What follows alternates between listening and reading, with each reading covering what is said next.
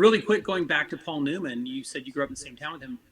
People may not realize this, but Cars is the last feature film that Paul Newman did before he passed away. It was Cars. Mm-hmm. Wow.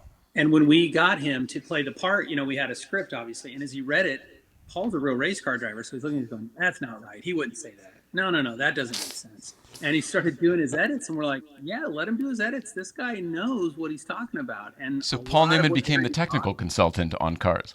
That was probably more my role. But I think Paul made sure that the authenticity of his character and the authenticity of racing especially was in there. That was what Paul really brought to that, on top of just being amazing at that character. You can't think of anybody else doing it but him. He was great. Do you think that's one of the reasons that movie resonates with like real automotive car fans, so much car enthusiasts? Most of the car people I know in life love that movie, not even just because it's a great cartoon for kids.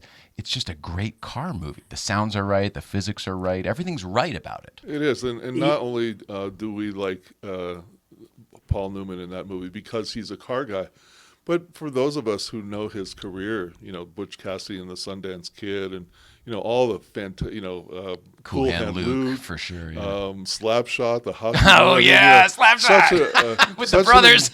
Such an amazing array of movies that he had.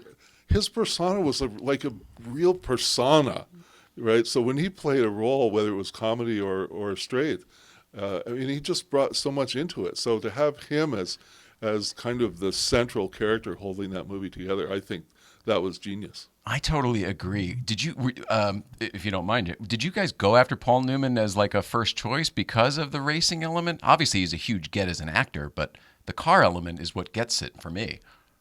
Yeah, one thing we do is we cast actors based on what they can bring to this character that we've already created.